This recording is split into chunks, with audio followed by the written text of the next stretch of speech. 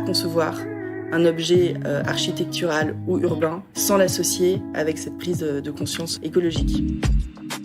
BNP Paribas Personal Finance vous invite à découvrir On the Way, le podcast qui explore les chemins de la consommation responsable. Entrepreneurs, acteurs du monde de l'entreprise ou chercheurs, On the Way donne la parole à ceux qui agissent jour après jour pour construire une consommation plus durable. Bienvenue et bonne écoute. Je m'appelle Clémence Béchu et je suis directrice du développement et de l'innovation de l'agence Béchu Associés, qui est une agence d'architecture, d'urbanisme et d'architecture d'intérieur, particulièrement engagée dans la transition écologique. Je suis aujourd'hui d'abord une maman, c'est important, parce que dans tout ce parcours que je le mène en considérant et en projetant la vie de mes enfants, que je veux voir avoir une belle vie, et une belle vie dans une ville saine qui les rendra heureux. Je suis donc fille, petite-fille et arrière-petite-fille d'architecte. Je représente aujourd'hui la 4e génération et première génération de femmes. Je ne suis moi-même pas architecte.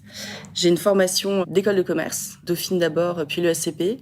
Je suis allée découvrir le monde fantastique de l'économie que je ne connaissais absolument pas et qui est essentiel à comprendre pour savoir vivre dans notre société capitaliste.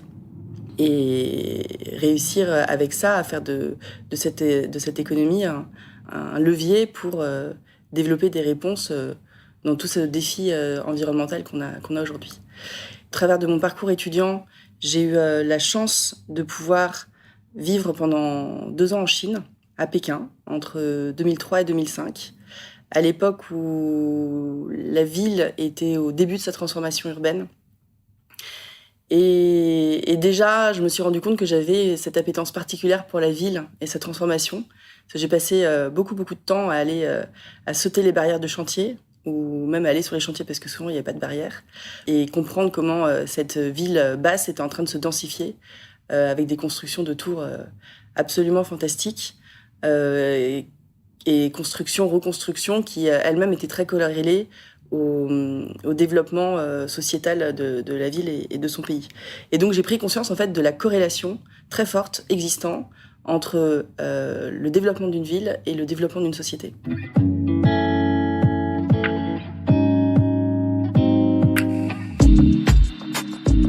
Alors l'agence, je l'ai rejoint il y a 8 ans maintenant, après 2 premières expériences professionnelles. Une première chez Capgemini Consulting, dans le monde du conseil en stratégie et sectorisé me concernant dans la banque et l'assurance. C'était une expérience très formatrice qui m'a permis de voir comment fonctionne l'organisation d'un grand groupe et de pouvoir, grâce à ça aussi, en tant que consultante, aller à la rencontre d'entreprises différentes, de cultures d'entreprises différentes et de rencontrer tout un ensemble d'acteurs avec lesquels j'ai eu la chance d'échanger, qu'on devait accompagner pour... après avoir implémenté une stratégie, développer toute la conduite du changement, qui est importante. C'est quelque chose de très important dans le monde de l'entreprise. Et en fait, j'ai beaucoup aimé déjà à l'époque accompagner cette conduite du changement. Je reviendrai dessus après, mais c'est quelque chose que je mène aujourd'hui dans ma vie à l'agence. Et puis, après cette première expérience très structurante, j'ai eu le bonheur de rencontrer mon futur mari, très entrepreneur, et moi j'avais cette fibre entrepreneuriale en moi, sans doute liée à ma famille puisqu'un architecte est un entrepreneur avant tout, et je nourrissais l'envie depuis longtemps en fait de monter ma boîte à moi, ma start-up, et de réussir à développer une idée pour créer une économie qui fonctionne. Mon mari a toujours été passionné par le vin, et un jour il est remonté de sa cave en me disant Clémence, j'en peux plus. Je peux plus ranger mon vin dans ma cave parce que tous mes copains qui n'ont pas de cave ou qui ont des caves de mauvaise qualité me confient leur vin. En fait, il faudrait qu'on monte une boîte qui stocke le vin des autres. Et là, je l'ai regardé. J'étais entre 2 missions. Et je lui ai dit, tu sais, ton idée est géniale. Elle s'explique en une phrase. Ça, on m'a toujours expliqué que quand on sait expliquer une idée d'entreprise en une phrase, c'est que l'idée est bonne. Il y a sans doute un marché. Et en 2 jours, on a réfléchi tous les deux. Et on a tous les deux démissionné. On était en 2008, fin 2008, pour se lancer dans une aventure qui existe toujours et que mon mari continue de piloter avec... je l'admire beaucoup pour tout ce qu'il fait, qui s'appelle Wine Sitting. Et alors que Auguste, mon premier enfant, venait de naître, je réfléchissais un peu à ce que je voulais faire ensuite. Et j'ai ma sœur qui est venue me trouver. Donc j'ai une sœur qui est architecte d'intérieur et designer, qui travaille à l'agence depuis la fin de ses études. Et elle est venue me voir en me disant écoute Clem, tu connais très bien l'agence, ça fait longtemps que tu travailles avec papa sur la conception des projets, que tu rédiges ses idées, que tu pousses les projets dans leur réflexion. Papa réfléchit à la suite, mais il voit pas vraiment vers quoi tendre. Rejoins-nous et viens développer de façon transverse tout ce que tu sais faire. Un dimanche, après un déjeuner familial, j'ai demandé à mon père d'avoir une discussion avec lui. Et on a pris un long café tous les deux. Et il me dit « Qu'est-ce que tu as besoin de me dire ?» Et je lui ai posé une question qui était la suivante. « Papa, l'agence dans 10 ans, pour toi, c'est quoi ?» Et il m'a répondu « Si tu me poses cette question, c'est que tu es prête à venir à mes côtés pour m'aider à y répondre. » Et en fait, cette réponse, elle venait pas de nulle part. Mon père, donc j'avais 22 ans, m'avait dit « Mais viens travailler à l'agence. » Et à l'époque, ma réponse, c'était « Mais papa, tu n'y penses pas, je ne suis pas architecte. Je ne vois pas du tout ce que je pourrais venir faire à tes côtés. » Et en tout cas, laisse-moi faire mes expériences et puis on verra plus tard ce que je pourrais éventuellement apporter. Et voilà, et donc cette discussion, on l'a eue en décembre 2013 et j'ai rejoint l'agence en janvier 2014. Avec un rôle sur le papier qui était donc directrice du développement, mais avec une feuille blanche à remplir parce que tout était à entreprendre en la matière.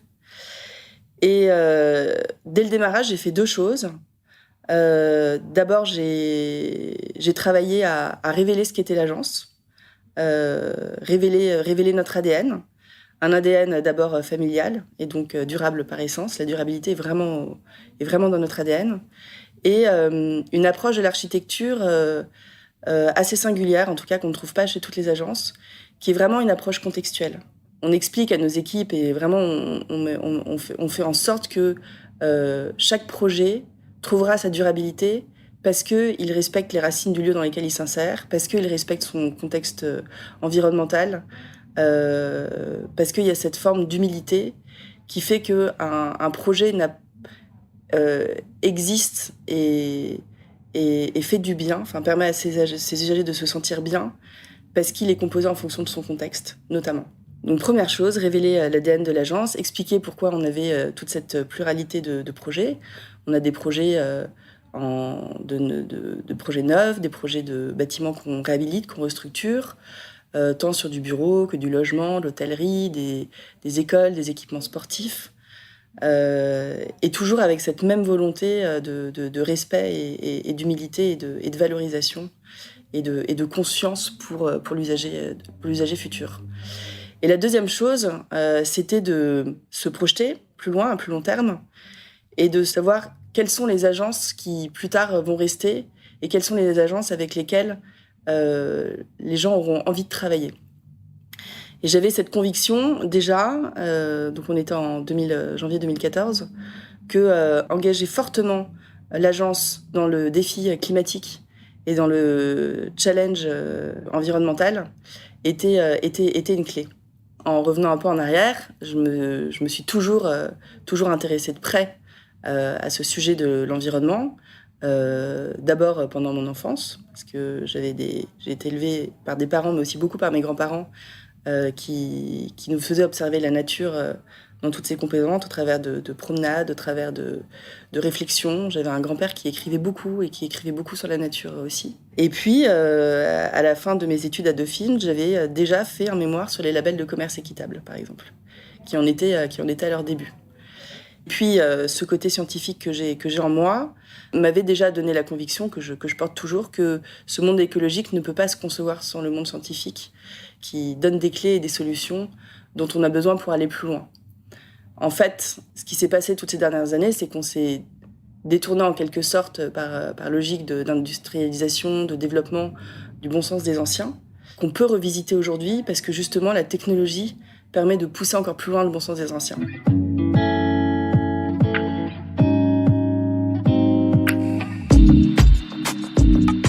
Ça fait donc 8 ans que j'ai rejoint l'agence et que je travaille au sein de ce marché de la fabrique de la ville et de l'immobilier. Et je dois dire que depuis 8 ans, la prise de conscience de cet enjeu environnemental a quand même énormément évolué dans le bon sens.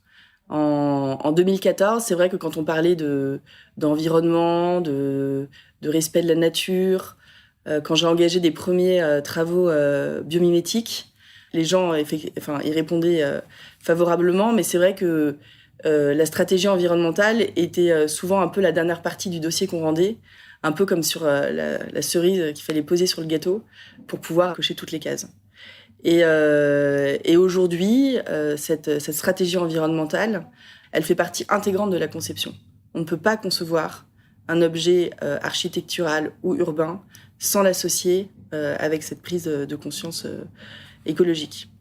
Je dirais même, on essaye d'aller plus loin par des travaux qu'on mène par ailleurs avec des climatologues que j'ai rencontrés lors de la COP21, donc c'était en 2016, assez tôt en fait après mes débuts à l'agence, et qui ont enclenché chez moi un déclic, c'est que l'architecture, la ville, ne peut pas se concevoir sans intégrer dans nos travaux la donnée climatique. Le climat, c'est la clé de voûte de la ville. On a des villes qui, en 2050, ça c'est des données ONU, les villes, 70% de la population sera urbaine, avec des villes qui occupent 3% de la superficie de la planète, et des villes qui sont à la fois, ou en partie, responsables du changement climatique, par tous les phénomènes anthropiques, les émissions de gaz à effet de serre, etc., mais qui en même temps en sont les principales victimes, avec des effets directs qu'on connaît, les îlots de chaleur urbains, les pollutions, les inondations, tous les risques naturels, les feux aussi, et des risques indirects qu'on connaît aussi déjà trop bien, comme la pandémie sanitaire dont on sortira prochainement, j'espère, mais il y en aura d'autres, faut le savoir, ou tous les mouvements sociétaux liés aux alertes sur le climat. Et donc ce climat, en fait, qui change, la ville ne sait pas s'y adapter, alors que la nature sait le faire. Il y a toujours eu des changements climatiques. Depuis que le monde est monde, il y a toujours eu des changements climatiques. Et la nature, qui a 3,8 milliards d'années, elle a toujours su s'y adapter. En ce moment, par exemple, il y a une espèce d'escargot européen dont la coquille a changé de couleur. Elle est passée du brun au jaune plus clair. Pourquoi ? Pour s'adapter à l'augmentation de la température et ainsi moins absorber la chaleur. Il y a des oiseaux en ville qui changent le niveau sonore de leur cri pour s'adapter malheureusement à la pollution sonore. Il y a encore l'écureuil roux qui a changé son calendrier de reproduction, pareil, pour s'adapter comme ça à ce changement climatique et réussir à procréer comme besoin est. Et notre ville, elle sait pas s'adapter à ce changement climatique parce qu'en fait, elle a été conçue de manière linéaire, sans circularité, et sans se préoccuper du fait qu'il fallait laisser une place à la nature et même aller plus loin, s'intégrer dans les cycles de la nature pour être capable justement de s'adapter à tout ce changement. Ça fait partie des travaux qu'on mène également et qu'on essaye d'injecter en tout ou partie dans nos projets, qui est l'approche biomimétique. Voilà, c'est comment aller puiser dans la nature des solutions en observant sa composition biologique, son organisation sociale, tout un ensemble de process circulaires, sa capacité à fonctionner en symbiose. En fait, dans la nature, les êtres vivants s'entraident de manière à pouvoir trouver des solutions qui vont apporter des réponses à des problèmes qu'on se pose, qu'on parle de matériaux, qu'on parle de structure, qu'on parle de cycle de l'eau, de cycle de l'énergie.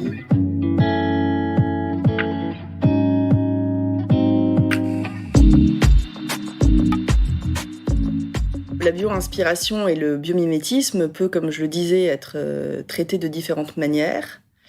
En général, on essaye toujours de ficeler des partenariats et des collaborations avec des scientifiques pour comprendre de manière suffisamment pointue ce qu'on cherche à imiter et ce dont on cherche à s'inspirer. Et puis, on s'attache à se donner un objectif. Par exemple, on avait un projet au sud de Moscou, dans une ville qui s'appelle Skolkovo, où on devait dessiner un quartier de logement pour des chercheurs, puisque ce quartier se trouve au sein d'un pôle de compétitivité et d'innovation, et en respectant un schéma d'organisation de maisons qui devait être circulaire. C'était dans le plan d'urbanisme qui nous avait été donné. Et à Skolkovo, c'est un milieu climatique dans lequel il fait très très froid l'hiver, jusqu'à -40, et où il peut d'ailleurs faire très très chaud l'été. Il y a des amplitudes thermiques assez fortes qui peuvent aller jusqu'à 80 degrés. Et donc le défi climatique était notamment énergétique. Comment réussir de manière passive, sans ajout de technologie, à concevoir un projet qui permettrait d'économiser de l'énergie. Et la deuxième question, c'était, et dans le vivant, dans la nature, quelle population animale pourrait nous inspirer pour réussir à atteindre cet objectif? Et en réfléchissant et en observant, on s'est rendu compte que les pingouins et les manchots sur la banquise s'organisaient en cercles concentriques, orientés les uns par rapport aux autres, de manière à se tenir chaud. Et en fait, ils se tiennent chaud parce que cette organisation-là crée des îlots de chaleur naturels pour que les aînés puissent protéger les plus petits et puis que les malades soient également protégés. Et donc, on est allé trouver des étudiants en biologie dans une université locale pour que, à partir de notre intuition, donc on avait déjà posé sur le papier un dessin avec différentes maisons organisées comme ça, mais sans argumentation scientifique. Donc on a trouvé des biologistes pour qu'ils nous aident à étudier et à comprendre cette donnée naturelle qui organise la nature. La nature est organisée au travers de mathématiques, qui ont été baptisées les mathématiques fractales. Et donc, quelle était l'équation naturelle qui organisait ce phénomène-là. Et à partir de ce travail fait avec les biologistes, on a intégré les données recueillies dans nos logiciels de dessin. C'est là où je disais que la technologie en fait permet d'améliorer le bon sens pour rendre nos dessins en fait ingénieux. Et le projet, le dessin puis le projet qui a été construit et qui est suivi scientifiquement et qui prouve l'efficience de la démarche est un projet de 90 maisons organisé par sous-lot de 10 maisons, chacune orientée les unes par rapport aux autres, de manière à ce que il y ait cet îlot de chaleur urbain naturel qui se crée, et de manière à ce qu'il fasse moins froid au cœur de chaque îlot de maison qu'à l'extérieur du quartier. Et on a un gain de chaleur, en fait, enfin un gain de froid, on va dire, de 5 degrés. Donc quand on est au milieu dehors de chaque îlot de maison, il fait que -35 degrés quand il en fait -40 par ailleurs. Et donc, on a besoin de chauffer moins les maisons que s'il faisait -40 degrés. Un deuxième exemple que je peux citer, c'est... donc là, on est sur de la bio-inspiration. Comment respecter un milieu environnemental et naturel dans lequel je viens insérer un bâtiment. C'est le campus universitaire de l'école polytechnique Mohamed VI de Laayoune, au sud du Maroc, où il s'agissait d'aller construire dans un désert où rien n'avait jamais été construit, pour y développer cet équipement de vie pour des étudiants. Pour dessiner notre projet, on s'est orienté vers deux stratégies. La première, respecter et épouser les formes du désert. Et la deuxième, récupérer toutes les données climatiques locales de manière à pouvoir produire et construire un bâtiment qui, de la même façon, soit de manière optimale, passif en termes énergétiques. Et donc, ce bâtiment a été conçu avec comme des tentes de bédouins, des tentes de béton massivement végétalisées qui viennent épouser les formes du désert, et avec une rue intérieure qui reprend les craquelures naturelles du désert et qui permet de ventiler et de rafraîchir naturellement ce bâtiment qui, lui, est à 80% passif en énergie. C'est-à-dire que quand il fait très très chaud dans le désert, en fait, il fait toute l'année, il fait en permanence 25 degrés dans le bâtiment sans besoin d'air conditionné. Et cette rue intérieure, on l'a pas dessinée n'importe comment. En fait, on a cherché à se mettre à l'échelle du petit animal qui se balade dans les craquelures du désert pour justement aller y trouver des vents drainés et un peu de fraîcheur. Quand on parle de bio-inspiration, qui est l'inspiration d'une manière générale par la nature, sans forcément engager de travaux scientifiques pour être dans une approche vraiment biomimétique, c'est aussi travailler pour composer des architectures qui composent au mieux avec la nature et réussir à intégrer au maximum la nature dont on a tant besoin en ville, parce que la nature nous fait du bien et parce que nous-mêmes, on a besoin de faire du bien à cette nature. C'est toute la démarche de Une Santé qui est prônée par l'OMS, qui aujourd'hui est intégrée dans les réglementations urbaines et auxquelles on doit répondre. L'homo sapiens urbain ne peut pas continuer à vivre sans se préoccuper de la nature, parce que s'il s'en détourne trop, c'est sa survie à lui qui en dépend. Voilà, donc le respect de la nature, il se fait en intégrant cette nature, le paysage, dans la composition de nos bâtiments. Et si possible, en la faisant remonter. Donc on va pouvoir intégrer la nature en composant dans les matériaux de façade par des interstices, des petits trous qui facilitent la poussée des végétaux, et également l'accueil des petites abeilles ou des petits oiseaux, ou au sol des grenouilles, de tous les ensembles, tout l'ensemble de la biodiversité qui fait partie de la ville, qu'on ne voit pas forcément, mais qui est bien là et dont on a besoin. On va travailler pour l'installation évidemment de balcons, de loggias, qui sont autant d'espaces dans lesquels la nature peut prendre place. Et puis on cherche à augmenter la nature du rez-de-chaussée jusqu'au rez-de-ciel, en installant la nature sur des rooftops et des terrasses souvent et de plus en plus partagées, parce que la nature, elle a un rôle certes ornemental, qui fait déjà du bien, mais le paysage, il peut aussi avoir un rôle actif. Et le rôle actif, il l'a parce qu'il facilite les liens sociaux, les échanges, parce que le paysage peut être productif. On parle beaucoup d'agriculture urbaine, de potager partagé. Il y a eu beaucoup de tests qui ont été faits. Il y a des modèles économiques qui sont en train de se trouver. C'est pas du marketing, c'est un sujet très sérieux. Parce que pour revenir en arrière, quand je dis qu'en 2050, 70% de la population sera urbaine, ça signifie aussi que 70% de la nourriture sera consommée dans les villes. En Europe, le chiffre, il est à 85%. Et donc, ça démontre l'enjeu de la ville nourricière. Parce qu'une nourriture qui est produite ailleurs, c'est de la logistique, c'est du transport, c'est de l'impact carbone. C'est pas forcément des bonnes choses. Et donc, la ville doit s'équiper de paysages actifs, productifs de nourriture. Et l'autre dimension active du paysage, c'est sa dimension climatique. On sait que la nature, le paysage, favorise notamment les îlots de fraîcheur urbains quand il fait tellement chaud lors des canicules et des pics de canicules extrêmes, et qui seront de plus en plus extrêmes et souvent inattendus que les villes vont connaître.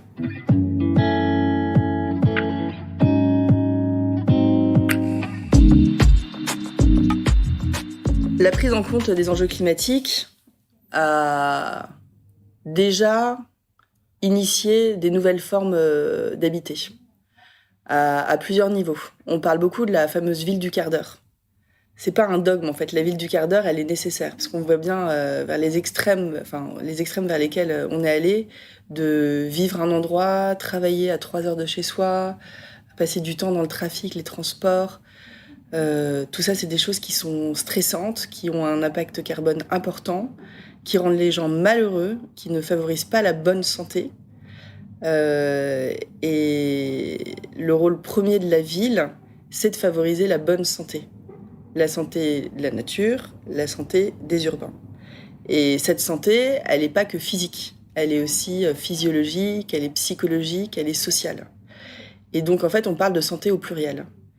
Et pour cela, on doit favoriser la diminution du stress et favoriser les liens sociaux et favoriser le bien-être d'une manière générale. Le bien-être qui est issu à l'origine du terme anglais well-being, que nous, on a traduit par bien-être, donc qui en fait un mot figé, alors que being n'est pas un mot figé, c'est le bien-étant, en fait. Et donc la santé, en fait, elle doit être aussi dans une action continue de choses qui sont mises en place pour favoriser nos bien-être et nos santé. Et donc la ville du quart d'heure, elle consiste à pouvoir vivre sa vie et satisfaire ses besoins dans un périmètre d'un quart d'heure à partir de son point de chute. Et donc ça veut dire habiter chez soi, travailler, faire ses courses, rencontrer ses copains, aller au théâtre, etc. Et donc cette ville du quart d'heure, elle passe par la mixité et par l'hybridation des bâtiments. On a trop construit en silo en pensant je vais mettre un bâtiment de logement là, je vais mettre un bâtiment de bureau là, avec des logiques d'investissement qui suivent cela aussi. Donc les investisseurs doivent réussir à faire changer leur modèle pour être capables de créer des bâtiments qui intègrent à la fois du logement, du bureau, mais aussi tout un ensemble d'activités et d'aménités qui animent la ville. C'est en cours. Et il y a eu 2 produits qui sont nés sur le marché il y a quelques années, qui sont le co-living et le coworking, qui en fait ont facilité cette hybridation. Nous, on travaille sur beaucoup de projets qui maintenant mêlent du co-living au bureau, mêlent du coworking au logement. Et voilà, donc je pense que demain, tous les logements intégreront du coworking ou des espaces partagés dans lesquels on pourra certes travailler, mais aussi avoir une association locale qui vient y proposer un cours de sport, avoir tout un ensemble de solutions qui facilitent le quotidien des mamans qui travaillent avec, je sais pas, des casiers connectés pour recevoir ses colis, un espace pour travailler justement en réussissant à être à l'heure pour aller chercher ses enfants à l'école. Voilà, on travaille sur tout ça.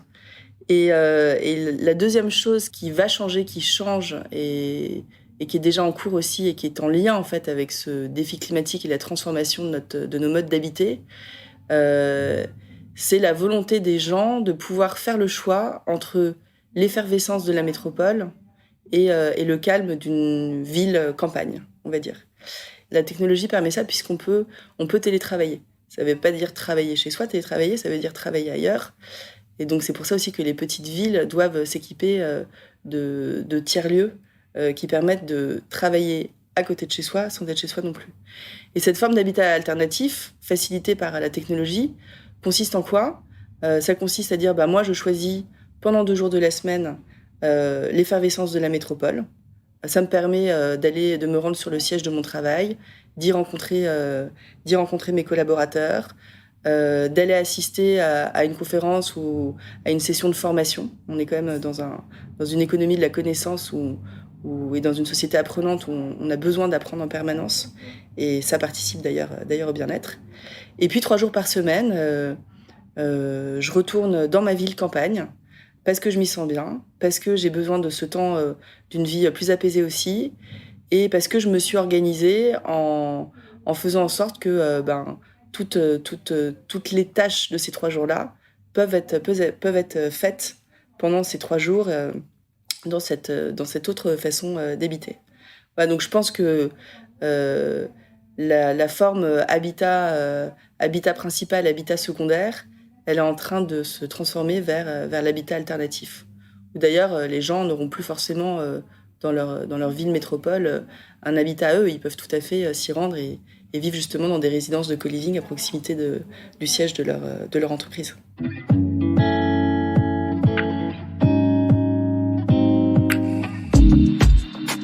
À l'échelle individuelle et de l'appartement, quand on a besoin d'engager des travaux de rénovation ou de redécoration ou tout un ensemble de choses, je pense qu'il faut que chacun en appelle à sa responsabilité et à son bon sens en faisant d'abord le choix d'entreprises responsables.